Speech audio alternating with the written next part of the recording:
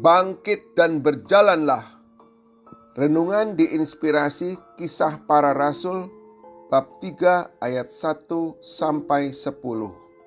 Pada suatu hari menjelang waktu sembayang, yaitu jam 3 sore, naiklah Petrus dan Yohanes ke bait Allah.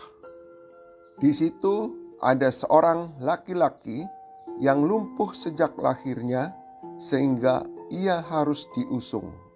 Tiap-tiap hari orang itu diletakkan dekat pintu gerbang bait Allah yang bernama Gerbang Indah untuk meminta sedekah kepada orang yang masuk ke dalam bait Allah. Ketika orang itu melihat bahwa Petrus dan Yohanes hendak masuk ke bait Allah, ia meminta sedekah. Mereka menatap dia dan Petrus berkata, "Pandanglah kami." Lalu orang itu menatap mereka dengan harapan akan mendapat sesuatu dari mereka. Namun Petrus berkata, "Emas dan perak tidak ada padaku, tetapi apa yang kupunyai kuberikan kepadamu. Demi nama Yesus Kristus, orang Nazaret itu, bangkit dan berjalanlah." Lalu ia memegang tangan kanan orang itu dan membantu dia berdiri. Seketika itu juga kuatlah kaki dan pergelangan kaki orang itu. Ia melompat berdiri dan mulai berjalan. Lalu ia masuk bersama mereka ke dalam bait Allah sambil berjalan dan melompat-lompat serta memuji Allah. Semua orang melihat dia berjalan sambil memuji Allah, dan mereka mengenali dia sebagai orang yang biasanya duduk meminta sedekah di gerbang indah bait Allah. Mereka pun takjub dan tercengang tentang apa yang telah terjadi padanya. Demikianlah sabda Tuhan. Syukur kepada Allah. Dalam bacaan pertama hari ini, dikisahkan seorang pengemis lumpuh setiap hari dibawa oleh teman-temannya untuk duduk di gerbang indah bait Allah, menantikan belas kasihan orang yang hendak sembahyang. Menjelang pukul 3 petang, Petrus dan Yohanes hendak sembahyang seturut adat istiadat bangsa Yahudi.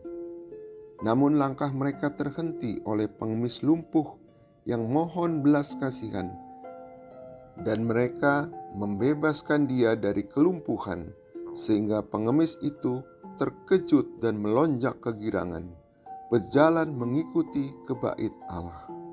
Pada zaman itu, seorang penyandang disabilitas tidak diperkenan memasuki bait Allah, apalagi ikut beribadat.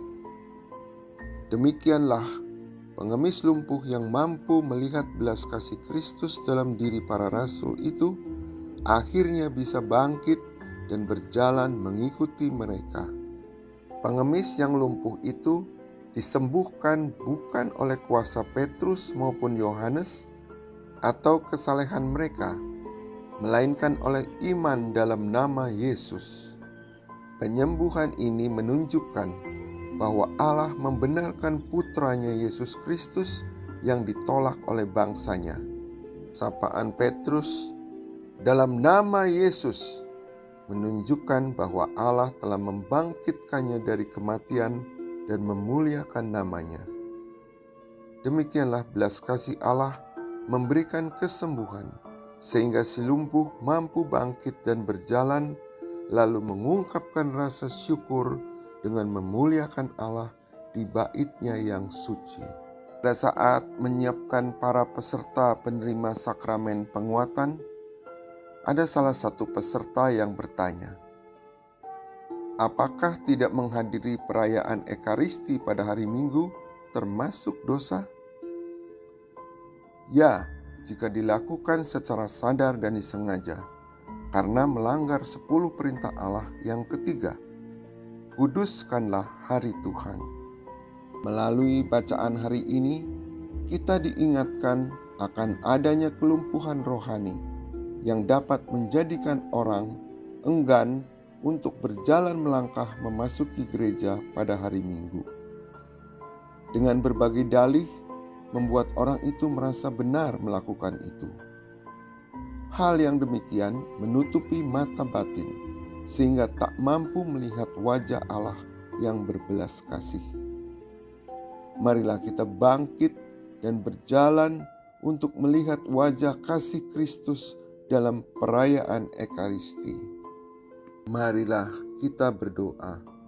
Ya Allah yang bertakhta di dalam surga, Engkau senantiasa hadir dalam sakramen Maha Kudus. Mampukan kami bangkit dan berjalan menyambut-Mu, agar dapat menimba rahmat kasih-Mu. Amin.